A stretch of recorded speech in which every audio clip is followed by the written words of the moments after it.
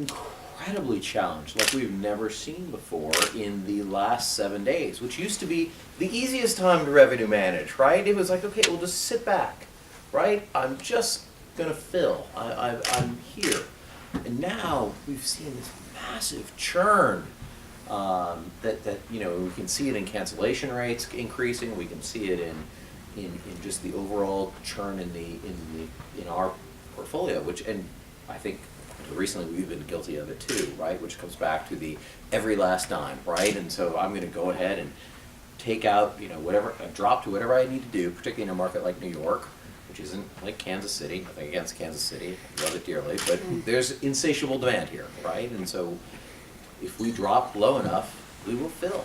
You But you that's will? the, I know we can. I don't think it's the right strategy, but but we you can. drop, it creates like this ripple effect, and that's what, that's one of my pet peeves in all my markets. If I wish I could get all the revenue people together and say, guys, that's the worst revenue management you can do, is drop rates. I checked actually out today, hotel tonight rates, and you can get a room here in Times Square. And Not here, by the way. Not in this here. hotel. Yes, Let me actually, be very clear. That's true, actually. Affinia was not there. But you could get a room in Times Square for $139. Yeah, And always. pretty, On Hotel Tonight in New York, always Yes. for, I We- check it randomly. so Always you can get something. we are there. digging our own graves by participating in things like this. I think we especially revenue management needs to, I don't participate in Hotel Tonight because, I participate, but with the best flex rate. Because I want the billboard effect, but lowering the rate on the last minute, I don't think serves us occupancy or anything. It's those people who can find the rates, they're shopping and trip ban, which I'm scared of. Now let's look at the Four Seasons and the Ritz-Carlton up on Central Park South. In 2006 and 7, both hotels charged $1,000 a night for a room. Right? In 2009, I switched to the Ritz-Carlton from the Cornell Club because it was $250 a night at the Ritz-Carlton, right? Versus $300 at the Cornell Club, which it had always been. Right? So I went to the Ritz-Carlton and I paid $250.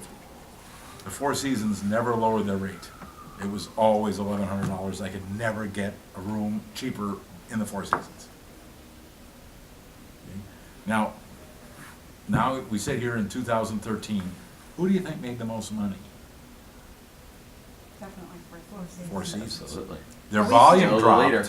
Yeah. Their volume dropped, but their actual NOI did not drop as much as the Ritz-Carltons did. So when we look at their sales and marketing spend and, how they spend their money and how much they put in online, same exact thing. These guys tend not to drop when everybody else drops in their rate, and they are dying in the '09 timeframe, dying with occupancy.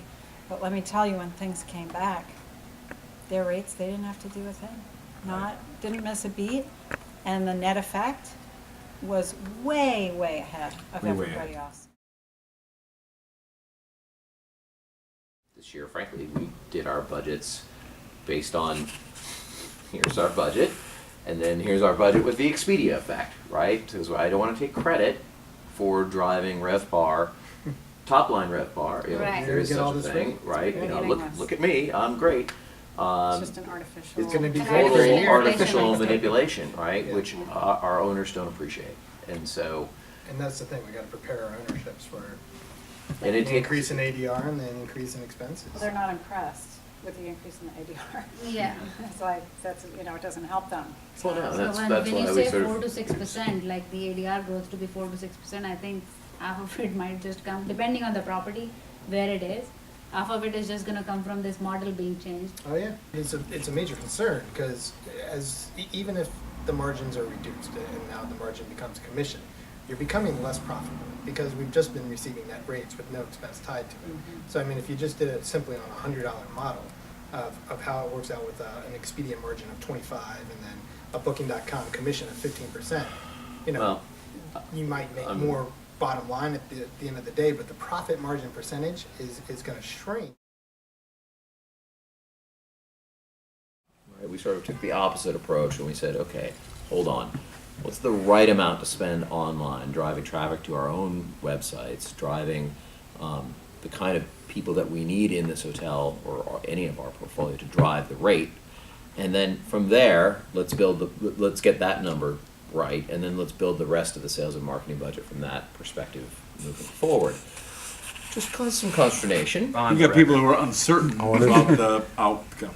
We have people who are uncertain about the outcome, right? But in terms of the long-term health of the asset, the most return to our owners, and the way to bring the quality customers into this hotel that we need to be successful after we spent a bunch of money to renovate the asset, it's the right thing to do.